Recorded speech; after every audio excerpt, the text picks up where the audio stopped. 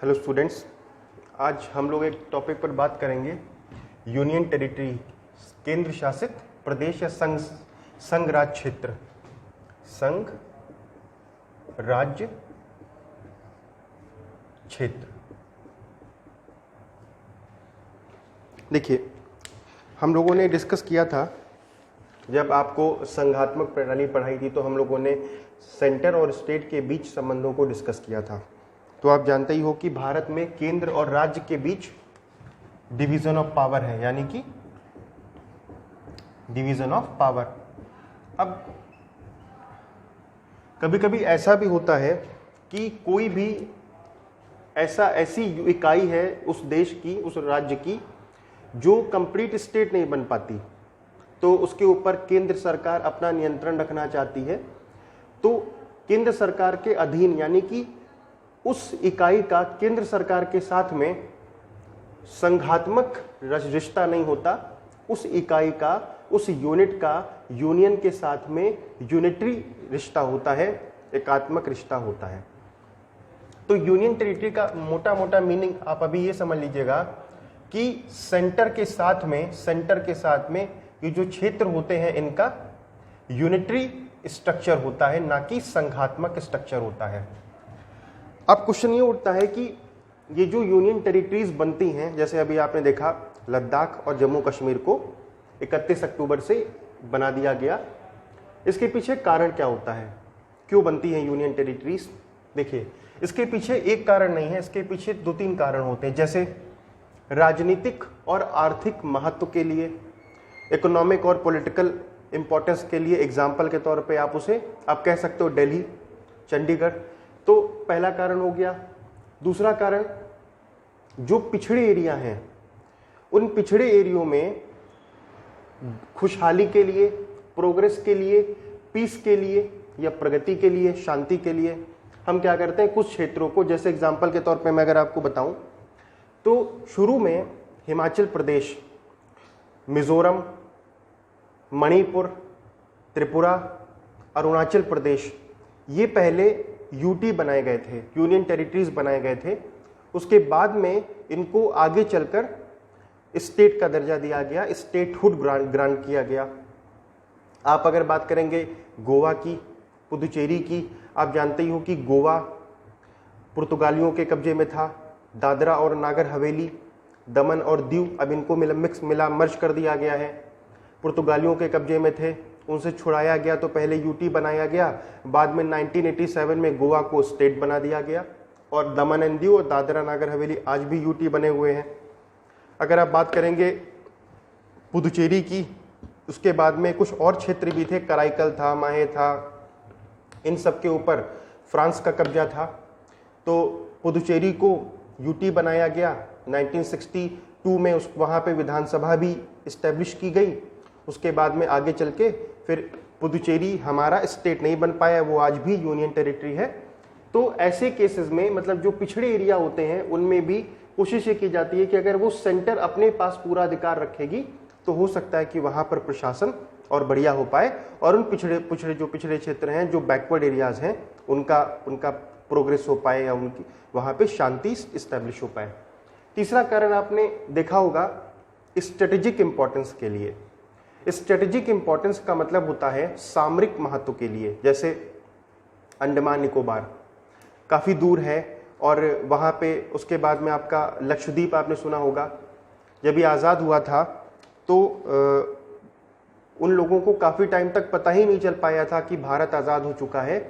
और इस तरीके की, तो इस वजह से क्या किया गया, लक्षद्वीप हो गया, अंडमान निकोबार हो गया, इनको स्ट्रेटेजिक इंपॉर्टेंस के लिए, यानी कि सामरिक महत्व है, इंटरनेशनल बाउंड्रीज टच करती हैं, इसके लिए क्या कर दिया गया, यूटी बना दिया गया, और केंद्र का डायरेक्ट हस्तक्षेप इसके ऊपर कर दिया गया। देखिए, कोई भी चीज अगर सेंटर के डायरेक्ट कंट्रोल में रहेगी तो इसमें फिर किसी भी प्रकार की, आप कह सकते हो कि इम्बैलेंस की गुंजाइश नहीं होती। स्टेट कर सकते हैं ऐसा। कई बार भारत में इस राज्यों ने बगावत करने की कोशिश करी। आपको पता ही है, आप पंजाब को देख सकते हैं, 1984 में उसी के परसुएंस में इंदिरा गांधी की हत्या कर दी गई। वहाँ पे भी टेररिज्म देखने को मिला। जम्मू कश्मीर को आप देख लीजिए, अब जम्मू कश्मीर और लद्दाख को भी यूटी बनाया गया, इसको भी क्यों बनाया गया? स्ट्रेटेजिक इंपॉर्टेंस के लिए, सामरिक महत्व के लिए। क्यों? क्योंकि इसके पास में पाकिस्तान प्रॉब्लम क्रिएट कर रहा है, चाइना प्रॉब्लम क्रिएट कर रहा है, इस वजह से इसको भी यूटी बना के सेंटर, क्योंकि आप जानते ही हैं वहां की सरकार जो बनती थी यूनियन जम्मू कश्मीर में, वो जम्मू कश्मीर में जो गवर्नमेंट बनती थी या तो पीडीपी की बनती थी या तो अब्दुल्ला की बनती थी, तो वो दोनों ही पार्टीज कहीं ना कहीं वहां पे जो अलगाववादी नेता हैं उनको सपोर्ट करते हैं, वो इन्हें सपोर्ट करते हैं, तो इस वजह से वहां पे कभी भी सही से प्रशासन नहीं हो पाया। तो यूनियन टेरिटरी बनाने के पीछे ये कुछ 2-3 एक खास कारण होते हैं जिसकी वजह से हम यूटी इस्टेब्लिश करते हैं। अब देखिए, यूनियन टेरिटरीज की अगर आप बात करें तो ये हमारे पोस्ट इंडिपेंडेंट इंडिया में ही नहीं दिखाई पड़ रही हैं, ये प्री इंडिपेंडेंट इंडिया में, प्री 1947 के पहले भी हुआ करती थी। और 18th सेंचुरी में कुछ एक शेड्यूल्ड डिस्ट्रिक्ट बनाए गए थे जिन्हें हम अनुसूचित जिले बोलते थे, आप मॉडर्न हिस्ट्री में इसको पढ़ेंगे। उसके बाद में उन्हीं एरियाज को क्या करा गया, उन्हीं एरियाज को चीफ कमिश्नरेट बना दिया गया। चीफ कमिश्नरेट बना दिया गया मतलब उन पे कमिश्नर का शासन होने लग गया। उसके बाद में इसको उठाकर, आपको पता ही होगा हमारे यहाँ जो इंडिया पहले बना हुआ था वो भारत भाग ए, भाग बी, भाग सी और भाग डी में था। जब मैं आपको यूनियन एंड इट्स टेरिटरी, संघ और उसका क्षेत्र पढ़ाऊंगा आर्टिकल 1, 2, 3, 4 में, वहां बताएंगे कि इंडिया पहले 4 भाग में था। ये अंग्रेजों ने क्लासिफिकेशन अपने स्वार्थ के लिए किया था। तो जो उसमें सी और डी था, ये बेसिकली डी में तो केवल एक था अंडमान निकोबार, और सी में कुछ क्षेत्र ऐसे थे जिन्हें चीफ कमिश्नरेट कहा जाता था। तो सी और डी वाले जो क्षेत्र थे इन्हीं को कहा जाता था चीफ कमिश्नरेट, और यही आगे चल के कहीं ना कहीं यूनियन टेरिटरी में कन्वर्ट हुए। तो इस तरीके से यूनियन टेरिटरीज का कॉन्सेप्ट है। अब देखिए, हमारे यहाँ जो इसका भाग है वो है भाग 8, पार्ट 8 में इनका कॉन्सेप्ट है। ये सेपरेट एक तरीके से देखा जाए, हम इसे सेपरेट पढ़ा रहे हैं ताकि, हालांकि इसके ऊपर कभी क्वेश्चन नहीं आता है, और लेकिन यह है कि अगर आया क्वेश्चन तो प्रॉब्लम होगा, क्योंकि लद्दाख और जम्मू कश्मीर यूटी बनाए गए तो यूनियन टेरिटरी से क्वेश्चन आ सकते हैं। अब देखिएगा, कुछ आर्टिकल्स मैंने बोर्ड पे लिखे हुए हैं, इनको देखिएगा। आर्टिकल 239 इसका सबसे बेसिक आर्टिकल है। 239 यूनियन टेरिटरी का सबसे बेसिक आर्टिकल है। ये बोलता है संघ राज्य क्षेत्र का प्रशासन, एडमिनिस्ट्रेशन ऑफ यूनियन टेरिटरी। संघ राज्य क्षेत्र का प्रशासन, एडमिनिस्ट्रेशन ऑफ यूनियन टेरिटरी। अब देखिए, यूटी पर जो एडमिनिस्ट्रेशन होता है वो राष्ट्रपति करता है, राष्ट्रपति करता है, लेकिन राष्ट्रपति खुद नहीं करता। राष्ट्रपति या तो उपराज्यपाल के माध्यम से करता है, डिप्टी गवर्नर के माध्यम से करता, लेफ्टिनेंट गवर्नर के माध्यम से करता है, या वो करता है प्रशासक, एडमिनिस्ट्रेटर के माध्यम से। अब हमारे यहां कुछ ऐसे यूनियन टेरिटरीज हैं जहां पे प्रशासक उसके ऊपर उसका प्रशासन करते हैं, एडमिनिस्ट्रेटर उसका प्रशासन करते हैं। कुछ ऐसी यूटी हैं जहां पे लेफ्टिनेंट गवर्नर करते हैं। तो यहां पे मैं आपको साइड में लिख देता हूं कि जैसे मान लीजिए अंडमान निकोबार, शॉर्ट में लिखेंगे अंडमान निकोबार, इसके ऊपर एलटी, लेफ्टिनेंट गवर्नर शासन करता है, एलटी अंडमान निकोबार के ऊपर। लक्षद्वीप के ऊपर प्रशासक करता है एडमिनिस्ट्रेटर। चंडीगढ़ के ऊपर एडमिनिस्ट्रेटर करता है। उसके बाद में आपका दादरा, नागर हवेली और दमन और दीव पूरा है। दादरा, नागर हवेली, दमन और दीव दोनों को मर्ज कर दिया गया है। इनके ऊपर एडमिनिस्ट्रेटर प्रशासक करता है। दिल्ली के ऊपर एलटी करता है, लेफ्टिनेंट गवर्नर करता है। लद्दाख के ऊपर भी एलटी करेगा और जम्मू कश्मीर के ऊपर भी एलटी करेगा।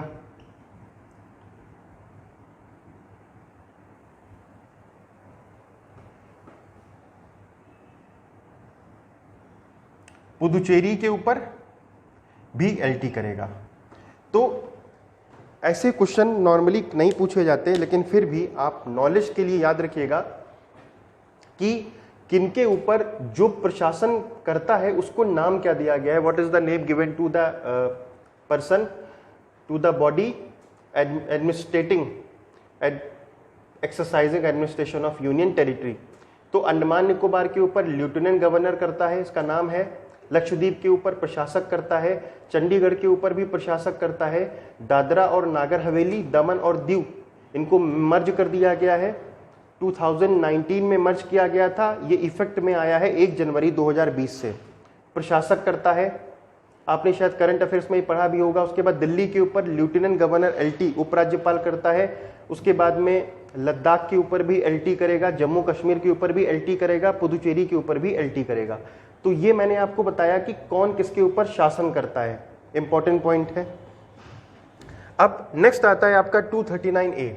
अब देखिए 239A हमारे मूल संविधान में नहीं था, ये जोड़ा गया था 14th अमेंडमेंट 1962 से, क्योंकि 1962 से ही यहाँ विधानसभा का गठन किया गया था।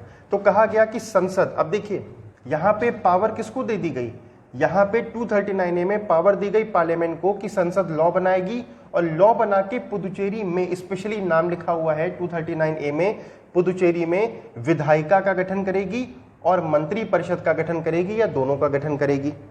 विधायिका का गठन लोकल लेजिस्लेचर बनाएगी या मंत्री परिषद बनाएगी, या दोनों बना सकती है। तो संसद ने ऐसा कानून बनाया और कानून बना के पुदुचेरी में विधानसभा का गठन कर दिया गया। उसके बाद में नेक्स्ट आर्टिकल आता है आर्टिकल 239AA। 239AA, ये ए था, ये AA। यहाँ पे दिल्ली से संबंधित विशेष प्रावधान दिए हुए हैं, special provision with respect to Delhi, ये दिया हुआ है। उसके बाद में इस पे हम अभी बाद में बात करेंगे, थोड़ा डिटेल में टॉपिक्स दोनों डिस्कस करने हैं। 240 इंपॉर्टेंट आर्टिकल है, ये राष्ट्रपति को शक्ति देता है कि वो यूनियन टेरिटरीज के लिए रेगुलेशन बना सके, विनियम बना सके। और 3 शब्द लिखे हुए हैं, यूनियन टेरिटरीज की शांति के लिए, पीस के लिए, यूनियन टेरिटरीज की प्रोग्रेस के लिए, प्रगति के लिए, और यूनियन टेरिटरीज के गुड गवर्नेंस यानी कि सुशासन के लिए राष्ट्रपति के पास शक्ति होगी कि वो विनियम बना सके। अंडमान निकोबार हो गया, लक्षद्वीप हो गया, दादरा नागर हवेली, दमन और दीव हो गया, चंडीगढ़ हो गया, इनके बारे में कहा गया है कि शांति, प्रगति और सुशासन के लिए राष्ट्रपति विनियम बना सकता है। यह आपका आर्टिकल 240 हो गया। फिर 241 में हाई कोर्ट्स की बात की गई है, हाई कोर्ट्स फॉर यूटी। और ध्यान रखिएगा, संसद के पास में शक्ति दी गई है। फिर से मैं बता दूं, पार्लियामेंट के पास पावर है कि वो कानून बनाकर यूनियन टेरिटरी के लिए हाई कोर्ट का गठन कर सकती है। और भारत में सिर्फ एक ऐसी यूटी है, अब तो 2 हो गई हैं। भारत में 2 ऐसी यूनियन टेरिटरीज हैं जिनके पास अपना खुद का हाई कोर्ट है। पहले तो दिल्ली के पास था केवल, अब जम्मू कश्मीर के पास भी अपना हाई कोर्ट है। तो भारत में 2 ऐसी यूटी हैं जिनके पास में अपना खुद का हाई कोर्ट है, और जितनी भी यूनियन टेरिटरीज हैं वो अपना हाई कोर्ट किसी न किसी स्टेट के साथ में साझा करती हैं। जैसे एग्जांपल के तौर पे अंडमान निकोबार के ऊपर कलकत्ता हाई कोर्ट का ज्यूरिसडिक्शन है, लक्षद्वीप के ऊपर केरला हाई कोर्ट का ज्यूरिसडिक्शन है, चंडीगढ़ के ऊपर पंजाब और हरियाणा हाई कोर्ट का ज्यूरिसडिक्शन है, दादरा नागर हवेली, दमन एंड दीव का बॉम्बे हाई कोर्ट का उसके ऊपर ज्यूरिसडिक्शन है, क्षेत्राधिकार है, दिल्ली का खुद का हाई कोर्ट है, लक्षद्वीप के ऊपर जम्मू कश्मीर हाई कोर्ट का ज्यूरिसडिक्शन है, जम्मू कश्मीर का खुद का अपना हाई कोर्ट है, और पुदुचेरी के ऊपर तमिलनाडु हाई कोर्ट का ज्यूरिसडिक्शन है। यानी कि हमारे यहाँ जितनी भी हाई कोर्ट्स बने हुए हैं, तो उन हाई कोर्ट्स में साझा हाई कोर्ट भी है, एक नॉर्थ ईस्ट के लिए भी है हमारा। तो हम उनकी बात नहीं कर रहे, मैं यहाँ सिर्फ यूटी से रिलेटेड बातें बता रहा हूँ कि किसका किसके, जो मैप से नजदीक आपको दिखेगा उसका, उस शहर में जो हाई कोर्ट होगा, उस स्टेट में जो हाई कोर्ट होगा, उसका नियंत्रण उसके ऊपर होगा। तो ये आपका हो गया 241 में high court for union territory, संसद कानून बनाकर ऐसा कर सकती है। ये है आर्टिकल 241।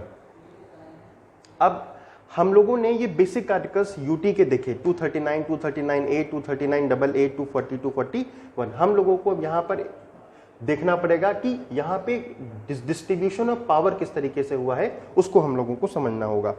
तो देखिए, हम लोग अब बात करने जा रहे हैं, हम लोग ने ये देखा कि यूनियन टेरिटरीज क्यों बनती हैं। इसका कोई एक कारण नहीं होता, इसके 2-3 कारण हैं। हम लोग ने उन सारी चीज़ों को डिस्कस किया, यूटीज के बनने के पीछे क्यों यूनियन टेरिटरी बनाई जाती हैं। पहले कई ऐसे स्टेट थे जो यूटी थे, बाद में उन्हें स्टेटहुड दिया गया, बाद में उन्हें स्टेट का दर्जा दिया गया।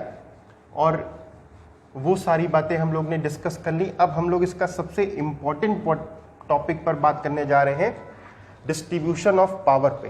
कैसे यूटी में कानून बनाने की प्रक्रिया, सेंटर के पास कितनी शक्ति। तो देखिएगा, आपने स्टेट के लिए ये पढ़ा था कि जो स्टेट लिस्ट के विषय हैं उन पर राज्य का विधानमंडल लॉ बना सकता है, और जो कॉन्करेंट लिस्ट के विषय हैं उन पर राज्य का विधानमंडल लॉ बना सकता है। यहां पे एक चीज ध्यान रखिएगा, दिल्ली के लिए अलग है, पुदुचेरी के लिए अलग है। पुदुचेरी के बारे में अगर मैं बात करूं, तो पुदुचेरी के केस में जो पार्लियामेंट है, जो संसद है वो तीनों लिस्ट पर लॉ बना सकती है। पुदुचेरी में विधानसभा है, इसमें कोई डाउट नहीं है। पुदुचेरी में विधानसभा है, इसमें कोई डाउट नहीं है। 30 मेंबर्स हैं शायद उसमें विधानसभा में। पुदुचेरी में विधानसभा है, और आप जानते हो जहां विधानसभा होती है वहां पे स्टेट लिस्ट पर वो लॉ बना सकती है। लेकिन चूंकि पुदुचेरी एक यूटी है, और हमने अभी बताया कि जो संसद है उसके पास में पावर होती है कि वो तीनों लिस्ट पर कानून बना सकती है। यानी कि Parliament is empowered to make law on the matters enumerated in the union list, state list as well as concurrent list. But this does not mean that Puducherry Vidhan Sabha is barred from making law on the matters enumerated in the state list. इसका मतलब ये नहीं है कि पुदुचेरी की विधानसभा राज्य सूची के विषयों पर कानून नहीं बना सकती। पुदुचेरी की विधानसभा तो राज्य सूची के विषयों पर कानून बना ही सकती है, लेकिन साथ में पार्लियामेंट भी बना सकती है, और दोनों के टकराव होने पर पार्लियामेंट का कानून ही प्रभावी होगा। ये तो पुदुचेरी के बारे में मैंने आपसे डिस्कस किया। अब मैं यहाँ पे दिल्ली के बारे में आपसे थोड़ा डिस्कस करना चाहता हूँ। दिल्ली के बारे में आप जानते ही हो कि इसमें 69th अमेंडमेंट किया गया था कॉन्स्टिट्यूशन में 1991 में, और इसी के माध्यम से विधानसभा का गठन किया गया। इसी के माध्यम से दिल्ली को NCT, national capital territory of Delhi कहा गया। दिल्ली को राष्ट्रीय राजधानी क्षेत्र बनाया गया। और आपको मैं ये भी बता दूं, एसोसिएटेड इंसिडेंटल बात है ये, कि 70वें संशोधन के माध्यम से 1992 में, याद करिए, राष्ट्रपति के इलेक्शन में जो स्टेट का मीनिंग है आर्टिकल 55 में, आर्टिकल 54 में, उसमें भी दिल्ली और पुदुचेरी की विधानसभा को शामिल किया गया, और इन दोनों को राष्ट्रपति के इलेक्शन के लिए स्टेट का दर्जा दिया गया। वो 70वां संशोधन था। वो केवल आपको मैंने रिवाइज कराने के लिए बताया है। हमें बात करनी है 69th अमेंडमेंट की। अब ये जो दिल्ली है, 69th अमेंडमेंट 1991, देखिए दिल्ली के केस में बेसिक बातें देखिएगा। जैसे यहाँ पे जो विधानसभा है दिल्ली 239AA से है, आर्टिकल है ये इसका 239AA। यहाँ पे 70 सीटों की विधानसभा है, और मंत्री परिषद की संख्या 10% होती है। पहली बात तो ये हो गई, ये मैंने आपको बताया भी था। एक CM होता है और 6 मिनिस्टर्स होते हैं। उसके बाद में नेक्स्ट पॉइंट आएगा कि जो दिल्ली है उसके ऊपर लेफ्टिनेंट गवर्नर LT का शासन होता है। यानी कि ये जो LT है, ध्यान रखिएगा, आप इसको संवैधानिक प्रमुख नहीं कह सकते। जब कभी भी स्टेट के केस में जो राज्यपाल होता है, आप राज्यपाल को संवैधानिक प्रमुख कह सकते हैं, मगर ये संवैधानिक प्रमुख नहीं होता। ये केवल और केवल राष्ट्रपति का एजेंट होता है, जो यूनियन टेरिटरी को के प्रशासन को देखता है, LT, लेफ्टिनेंट गवर्नर। इस पर एक इंपॉर्टेंट सुप्रीम कोर्ट का जजमेंट आया था कुछ समय पहले, जिसमें कहा गया था कि जो दिल्ली की मंत्री परिषद है, जो दिल्ली की काउंसिल ऑफ मिनिस्टर है, जब वो LT को कोई राय देगी तो वो राय LT के ऊपर बाध्यकारी होगी। यानी कि जो स्टेट के केस में है वही यहाँ पर भी कहा गया। अगर दिल्ली की मंत्री परिषद लेफ्टिनेंट गवर्नर को कोई राय देती है तो वो राय लेफ्टिनेंट गवर्नर के ऊपर बाध्यकारी होगी। ये सुप्रीम कोर्ट का जजमेंट आया था। अब अगर किसी भी विषय पर विवाद हो जाता है LT और दिल्ली की विधानसभा के बीच में, तो LT क्या करता है, उस मामले को राष्ट्रपति के विचार के लिए आरक्षित कर लेता है। यानी कि वो उस विषय को राष्ट्रपति के कंसिडरेशन के लिए रिजर्व कर लेता है LT। उसके बाद में जो सबसे यहाँ पे इंपॉर्टेंट पॉइंट है, स्टेट इमरजेंसी को लेके है। देखिए स्टेट इमरजेंसी को लेके वो जो आप लोगों ने स्टेट इमरजेंसी के बारे में पढ़ा था, वही सेम चीज दिल्ली के केस में भी लागू होगी। सेम चीज दिल्ली के केस में भी लागू होगी। लेकिन ये 356 से डील नहीं करेगी, इसका अपना एक सेपरेट आर्टिकल है, इसी भाग 8 में वहां से डील करेगी। उसके बाद में अब जो पॉइंट आपको मैं पढ़ाने जा रहा हूं, ऊपर लिखता हूं, वो सबसे इंपॉर्टेंट पॉइंट है। जरा देखिएगा, दिल्ली के केस में क्यों दिल्ली की विधानसभा कमजोर पड़ जाती है, उसके पीछे मैं आपको रीजन बताता हूं। देखिए, दिल्ली के केस में मैंने भी आपको बोला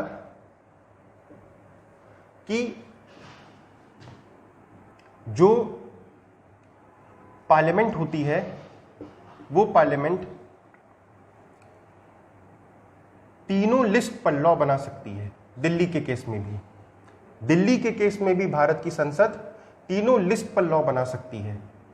दिल्ली की जो विधानसभा है, दिल्ली की जो विधानसभा है वो स्टेट लिस्ट पर लॉ बना सकती है, नॉर्मल सा पॉइंट है। लेकिन वो स्टेट लिस्ट पर कुछ विषयों पर लॉ नहीं बना सकती, एक्सक्लूडिंग, अपवर्जित है ये विषय। Number 1 public order, public order, लोक व्यवस्था। नंबर 2 पुलिस, और नंबर 3 लैंड, भूमि। ये तीनों राज्य सूची के विषय हैं और ये तीनों बहुत इंपॉर्टेंट विषय हैं। सोचिए, लोक व्यवस्था, पुलिस, ये तो सबसे इंपॉर्टेंट मुद्दा है किसी भी स्टेट का। तो स्टेट गवर्नमेंट, जो दिल्ली की जो विधानसभा है, वो स्टेट लिस्ट के ऊपर लॉ तो बना सकती है, मगर इन 3 विषयों पर कानून नहीं बना सकती। दिल्ली की विधानसभा इन 3 विषयों पर कानून नहीं बना सकती। इन 3 विषयों पर कानून बनाने की शक्ति भारत की संसद के पास में है, यानी कि ये तीनों भारत की संसद के अधीन है या भारत की सरकार के अधीन है। वहां पे इस वजह से अक्सर डिस्प्यूट होता रहता है। दिल्ली के सीएम कहते रहते हैं कि पुलिस हमारी नहीं है तो हम कुछ नहीं कर सकते। तो सही बात है, अगर पुलिस और पब्लिक ऑर्डर आप ले लीजिए किसी स्टेट से, तो उसके पास बचेगा क्या? कुछ नहीं बचेगा उसके पास में। फिर भी दिल्ली में इसके बावजूद भी ठीक काम हो गया। तो ये तो हो गया बेसिक पॉइंट की कानून बनाने के संबंध में।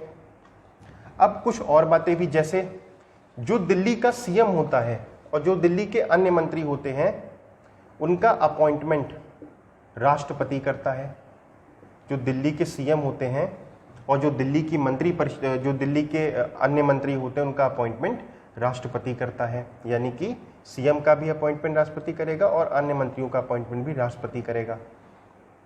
उसके बाद में ये जितने भी जो सीएम होंगे, लेकिन ध्यान रखिएगा, राष्ट्रपति अन्य मंत्रियों का जो अपॉइंटमेंट करेगा वो सीएम की सिफारिश पर करेगा और ये लोग राष्ट्रपति के प्रसाद पर्यंत अपने पद को धारण करेंगे। यानी CM and ministers hold their office during the pleasure of the president, राष्ट्रपति की इच्छा तक अपने पद को धारण करेंगे। तो ये आपका जो दिल्ली के बारे में मोटी मोटी बातें थी वो हमने आपके साथ डिस्कस करी कि दिल्ली की जो यूनियन टेरिटरी दिल्ली है उसके संबंध में ये प्रावधान किए गए हैं। अब ये जो यूटी का टॉपिक था ये आपका कंप्लीट हो गया कि कितनी यूनियन टेरिटरीज हैं, किन में क्या क्या पोजीशन है, वो हमने भी आपके साथ में डिस्कस कर ली। तो ध्यान रखिएगा, इस समय 3 ऐसी यूटी हैं जहां विधानसभा है। एक दिल्ली है, एक जम्मू कश्मीर है और एक पुदुचेरी है। तो ये हम लोगों ने डिस्कस किया। अब हम लोग बात करते हैं, एक टॉपिक पर बात करते हैं, वो भी छोटा सा टॉपिक है मगर एग्जाम में उससे सवाल बनते हैं। 5th शेड्यूल और 6th शेड्यूल और इसका सीधा सीधा 244 के साथ में संबंध। हेडिंग डालिएगा पार्ट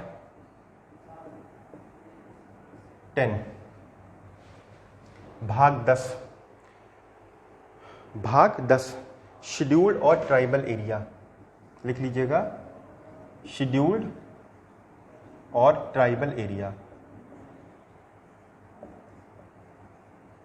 मैं आपका हर एक एस्पेक्ट क्लियर करता हूँ, चल रहा हूँ, कोई भी छोटा सा टॉपिक भी छूटने ना पाए। क्वेश्चंस आ जाते हैं कभी कभार और ज़्यादा नहीं आते, करीब 5 साल में किसी पेपर में 1-2 सवाल दिख जाएंगे। शेड्यूल और ट्राइबल एरिया, इसमें 2 आर्टिकल हैं, 244 का पहला और 244 का दूसरा। शेड्यूल का मतलब होता है अनुसूचित और जनजातीय क्षेत्र। 244 के 1 में शेड्यूल्ड एरिया की बात की गई है, अनुसूचित क्षेत्रों की बात की गई है, और 244 के 2 में ट्राइबल एरिया की बात की गई है, जनजातीय क्षेत्र की बात की गई है। इसका संबंध 5th शेड्यूल से है, 5वीं अनुसूची से है, और इसका संबंध 6th शेड्यूल से है, 6वीं अनुसूची से है। शेड्यूल्ड और ट्राइबल एरिया 244 का 1, 244 का 2, 244 के 1 में शेड्यूल्ड एरिया, 244 के 2 में ट्राइबल एरिया। 5th शेड्यूल और 6th शेड्यूल के बारे में एक एक करके हम लोग डिस्कस करते हैं। देखिए, सबसे पहले हम बात करते हैं 5th शेड्यूल के बारे में, 5वीं अनुसूची के बारे में। 5th शेड्यूल में जो 5th शेड्यूल की हेडिंग है वो है scheduled area and administration of scheduled tribes, ये इसकी हेडिंग है। Administration of scheduled area and scheduled tribes, scheduled अनुसूचित क्षेत्रों और अनुसूचित जनजातियों का प्रशासन, अनुसूचित क्षेत्रों और अनुसूचित जनजातियों का प्रशासन, scheduled area, administration of scheduled area and areas of scheduled tribes. ये 5th शेड्यूल हो गया। 6th में भी मैं लाइए लगान बताई देता हूं। 6th में लिखा हुआ है administration of tribal area, administration of tribal area, जनजातीय क्षेत्रों का प्रशासन, जनजातीय क्षेत्रों का प्रशासन। आइए एक एक करके दोनों शेड्यूल के बारे में इंपॉर्टेंट पॉइंट्स को डिस्कस करते हैं, फिर आप इनके क्वेश्चंस लगाइएगा। देखिए, हम बात करते हैं 5th शेड्यूल के ऊपर, 5वीं अनुसूची की हेडिंग बताई दी मैंने आपको, बार बार लिखने की जरूरत नहीं। Administration of scheduled area and scheduled tribes. देखिए, जो 5वीं और 6वीं अनुसूची है, इसका अलग से बनाने का मकसद क्या था? क्या मकसद था इसका अलग से बनाने का? 244 का 1 5वीं अनुसूची के साथ जुड़ा हुआ है और 244 का 2 6th शेड्यूल के साथ में जुड़ा हुआ है।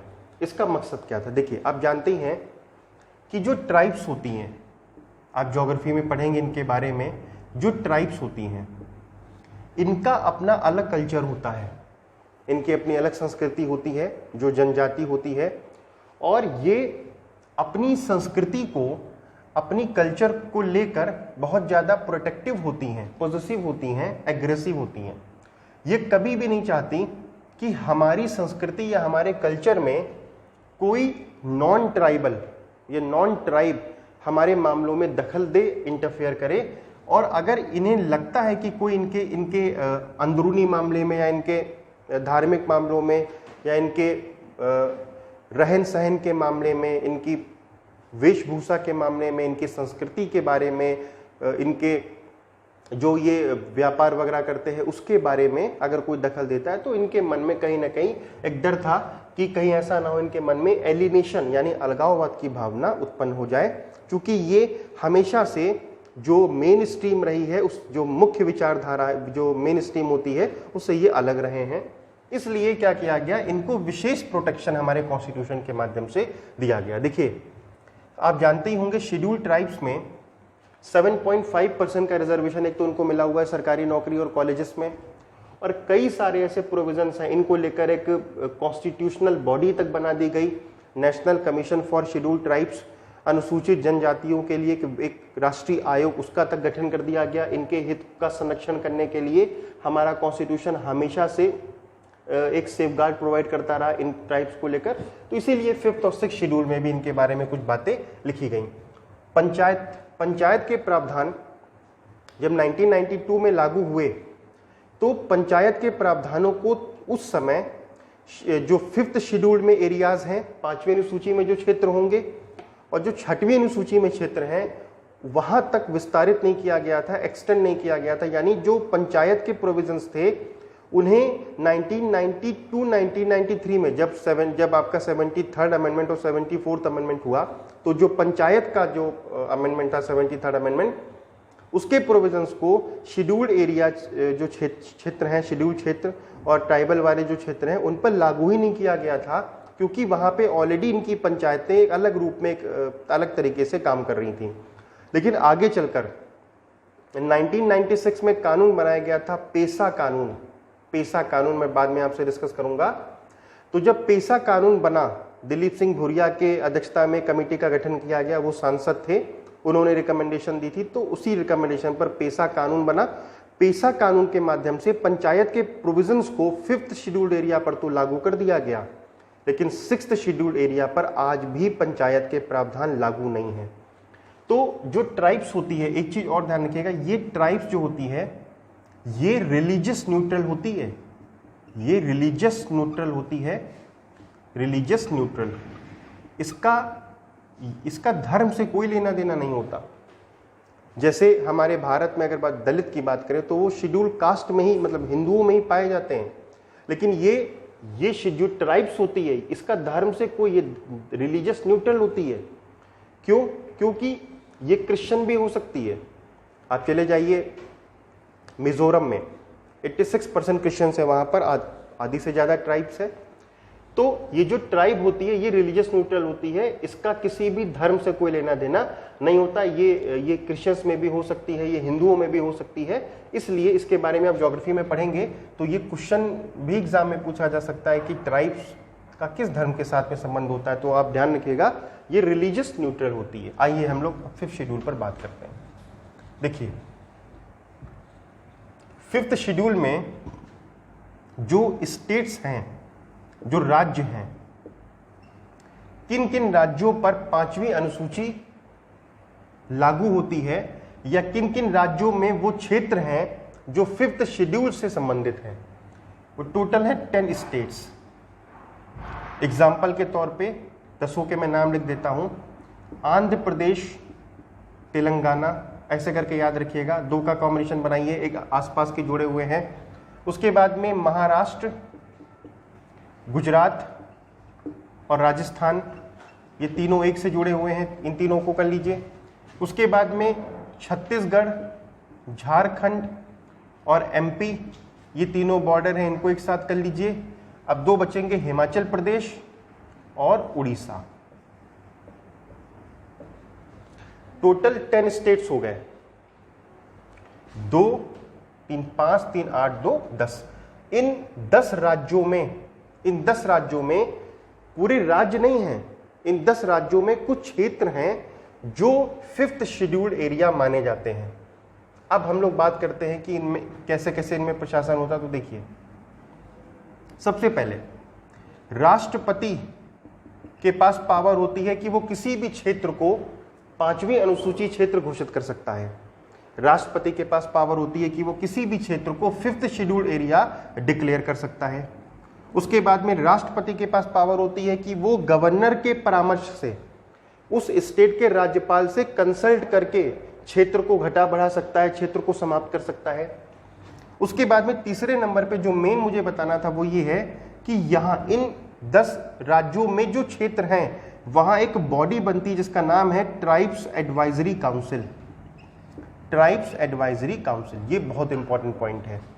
जनजातीय सलाहकारी परिषद, ये ट्राइब्स एडवाइजरी काउंसिल इन 10 स्टेट में जहां जहां पर भी 5th शेड्यूल्ड एरिया है वहां पर ट्राइब्स एडवाइजरी काउंसिल का गठन किया जाता है। और ये एक तरीके से एग्जीक्यूटिव बॉडी होती है, सरकार की तरह पावर रखती है उस क्षेत्र के ऊपर शासन करने के लिए।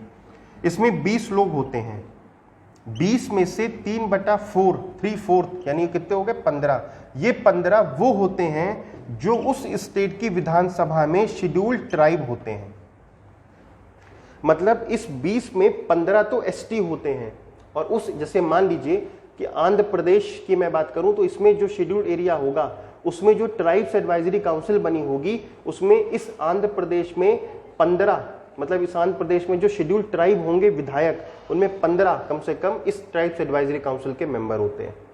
ये है ट्राइब्स एडवाइजरी काउंसिल। और ये ध्यान रखिएगा कॉन्स्टिट्यूशनल बॉडी होती है, संवैधानिक संस्था है, क्योंकि ये 5th शेड्यूल से बन रही है। ये है आपका 5th शेड्यूल्ड एरिया कि इसमें मेन क्या था, ट्राइब्स एडवाइजरी काउंसिल। अब आपका आता है 6th शेड्यूल्ड एरिया। अब यहीं पर लोग सोचते हैं कि दोनों अलग अलग क्यों हैं, तो वो मैं आपसे देखिए डिस्कस करता हूं। 6th शेड्यूल्ड एरिया,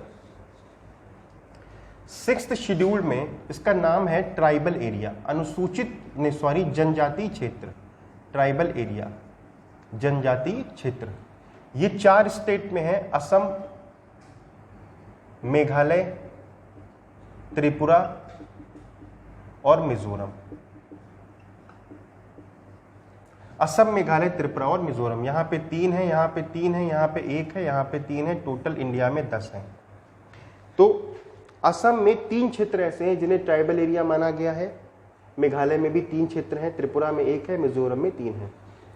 इसे अलग से बनाने का क्या मकसद था? क्यों 5th शेड्यूल में शामिल नहीं कर दिया गया, जबकि दोनों में ही ट्राइब रहती है?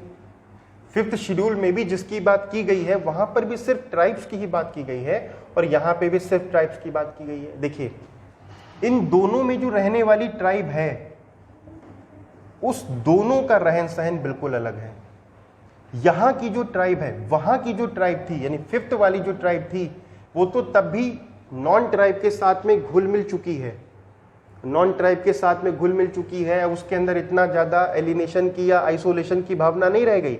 लेकिन जो यहाँ पे ट्राइब्स हैं और जो इन क्षेत्रों में ट्राइब है, वो ऐसी ट्राइब है कि वो आज भी घुल मिल नहीं पाई है, उसका रहन सहन बिल्कुल अलग है और वो बिल्कुल भी नहीं बर्दाश्त करती कि उसके क्षेत्र में, उसके बीच में कोई नॉन ट्राइब रहे आके।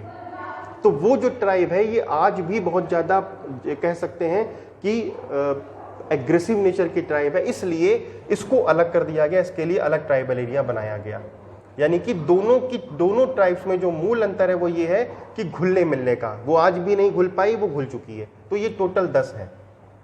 अब इन ट्राइबल एरिया में अगर हम बात करें एक एक करके, सबसे पहला पॉइंट कि राज्यपाल के पास पावर होती है कि वो किसी भी ट्राइबल एरिया को डिक्लेयर कर सकता है। यहाँ पर राज्यपाल को उस विधानसभा से परामर्श भी लेना होता है। उसके बाद में जो अब सबसे इंपॉर्टेंट पॉइंट आ रहा है वो सुनिएगा जरा क्या है, और उसके लिए मुझे यहाँ पे हटाना पड़ेगा। ये देखिए, वहां पे क्या किया जाता है, जो ट्राइबल एरिया है वहां उनको जिलों में बांटा जाता है, यानी कि स्वायत्त जिलों में, ऑटोनॉमस डिस्ट्रिक्ट में, ऑटोनॉमस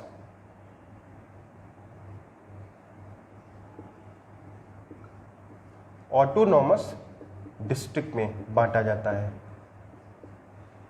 स्वायत्त जिलों में बांटा जाता है।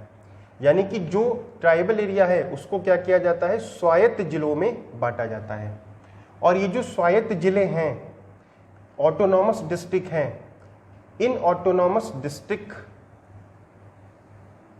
इसमें ट्राइब्स रहती होगी, ऑब्वियस ही बात है, इसीलिए उसको क्या बना दिया गया, एक ट्राइबल एरिया बना दिया गया। इस ऑटोनॉमस डिस्ट्रिक्ट में एक बॉडी होती है जिसका नाम होता है autonomous district council, autonomous district council, यानी कि स्वायत्त जिला परिषद, ऑटोनॉमस डिस्ट्रिक्ट काउंसिल, स्वायत्त जिला परिषद, ये बॉडी होती है। और ये बहुत पावरफुल बॉडी होती है उस स्टेट में, और ये विधायिका कार्यपालिका दोनों की तरह काम करती है। इवन ये न्यायालय के मैटर्स को भी सुलझाती है, जो ट्राइब्स के बीच में जो झगड़े वगड़े होते हैं, ब्याज वगैरह किससे रिलेटेड जो प्रोविज़न होते हैं, इंटरेस्ट और मनी लेंडिंग, उससे भी रिलेटेड ये करती है। भूमि, जमीन, एग्रीकल्चर से रिलेटेड भी ये कानून बनाती है। इसमें टोटल 30 मेंबर्स होते हैं। इस स्वायत्त जिला परिषद में 30 मेंबर होते हैं, और 30 मेंबर में बाइफर्केशन ऐसे किया गया है कि 26 और 4, 26 तो इलेक्टेड होते हैं, इनका प्रत्यक्ष निर्वाचन से चुनाव होता है और इनका कार्यकाल 5 वर्ष का होता है। जो 4 होते हैं ये गवर्नर के द्वारा नॉमिनेट किए जाते हैं, और ये गवर्नर की प्रसाद पर्यंत अपने पद को धारण करते हैं, यानी गवर्नर के प्लेजर पे अपने पद को धारण करते हैं ये 4। तो ये 30 मेंबर्स हो गए। यानी हर ट्राइबल एरिया में स्वायत्त जिला होता है, यानी कि ट्राइबल एरिया को स्वायत्त जिलों में बांटा जाता है, और हर स्वायत्त जिले में स्वायत्त जिला परिषद होती है। उसमें 30 मेंबर्स होते हैं, 26 इलेक्टेड होते हैं, डायरेक्टली इलेक्शन होता है, उनका प्रत्यक्ष निर्वाचन होता है, 5 साल का कार्यकाल होता है। इसके पहले भी इसको भंग किया जा सकता है, इस बात को ध्यान रखिएगा। ऑटोनॉमस डिस्ट्रिक्ट काउंसिल को डिसॉल्व भी किया जा सकता है। अब सपोज करिए जिस जिले में ऑटोनॉमस डिस्ट्रिक्ट बनाया गया है, मतलब ये मत सोचिएगा कि एक पर्टिकुलर जिला होगा ना, कई सारे जिलों में सपोज करिए 2-3 जिलों को मिलाकर हो सकता है एक ऑटोनॉमस डिस्ट्रिक्ट बना दिया गया हो, और वहाँ पे अलग से ट्राइब रहती हो। तो ऐसा भी हो सकता है कि इस ऑटोनॉमस डिस्ट्रिक्ट जो बनाया गया इसके अंदर अलग अलग किस्म की ट्राइब रहती हो। तो अगर अलग अलग किस्म की ट्राइब रहती है तो उसको फिर बांटा जाएगा रीजनल काउंसिल में। किसमें बांटा जाएगा? क्षेत्रीय परिषदों में। रीजनल काउंसिल में क्षेत्रीय परिषदों में बांटा जाएगा। क्षेत्रीय रीजनल काउंसिल में बांटा जाएगा। इस तरीके से कई सारी रीजनल काउंसिल्स हो सकती हैं। तो समझ गए होंगे आप ट्राइबल एरिया के बारे में, ऑटोनोमस डिस्ट्रिक्ट काउंसिल। उसके बाद अगर बहुत सारी ट्राइब्स हैं तो हर एक ट्राइब के लिए अलग अलग क्षेत्रीय परिषद होती है। इस तरीके से वहाँ पे प्रशासन किया जाता है। 6th शेड्यूल एरिया में पंचायत के प्रावधानों को आज भी लागू नहीं किया गया। 5th शेड्यूल एरिया में पेशा कानून के माध्यम से पंचायतों को लागू किया जा चुका है। पंचायतों के प्रावधान को लागू किया जा चुका। अब एक चीज ध्यान रखिएगा, अगर 5th शेड्यूल और 6th शेड्यूल में अमेंडमेंट करना हो, संशोधन करना हो, तो इसमें जो संशोधन के लिए मेजॉरिटी होगी वो सिंपल मेजॉरिटी होगी। इस बात को याद रखिएगा। जो संशोधन करना होगा, जो अमेंडमेंट करना होगा 5th और 6th शेड्यूल में, इसमें जो संशोधन करना होगा उसके लिए जो मेजॉरिटी होगी वो सिंपल मेजॉरिटी होगी। याद होगा आपको, मैंने पढ़ाया था साधारण बहुमत से ही इनमें संशोधन किया जा सकता है। इनमें स्पेशल मेजॉरिटी की जरूरत नहीं पड़ती। तो आपको मैंने पार्ट 10 के साथ साथ, भाग 10 के साथ साथ में हमने आपको 5th और 6th शेड्यूल भी पढ़ा दिया। तो हम लोगों के लगभग शेड्यूल्स खत्म हो रहे हैं। 3 शेड्यूल और रह जाएंगे, एक भाषाओं पर 8वीं अनुसूची और 11वीं 12वीं पंचायती और म्यूनिसिपैलिटी पर। तो बाकी सारे शेड्यूल्स हम लोग के खत्म हो रहे हैं। अगर आप तो 244 पढ़ना चाहें तो मैं आपको बेयर की लैंग्वेज में पढ़ा देता हूं 244। तो 244 में अनुसूचित क्षेत्रों और जनजाति क्षेत्रों का प्रशासनिक हेडिंग इसकी है। 5वीं अनुसूची के उपबंध असम, मेघालय, त्रिपुरा, मिजोरम राज्यों से भिन्न किसी राज्य के अनुसूचित क्षेत्रों और अनुसूचित जनजातियों के प्रशासन और नियंत्रण के लिए लागू होंगे। 6ठी अनुसूची के उपबंध असम, मेघालय, त्रिपुरा, मिजोरम के जनजातीय क्षेत्रों के प्रशासन के लिए लागू होंगे। बस इतना ही 244 में बताया गया था। मैंने इस यहाँ पर पहले ही बता दिया था। 244 के 1 में 5th शेड्यूल से रिलेटेड बात, 244 के 2 में 6th शेड्यूल से रिलेटेड बात। तो ये आपका हो गया शेड्यूल्ड और ट्राइबल एरिया के बारे में हम लोगों ने कंप्लीट किया। तो अब यहाँ पे हम नेक्स्ट टॉपिक स्टार्ट करने जा रहे हैं। ये 2 छोटे छोटे टॉपिक्स थे। ये जो टॉपिक है मेरा, ये बेसिकली लोक सेवाओं से संबंधित है।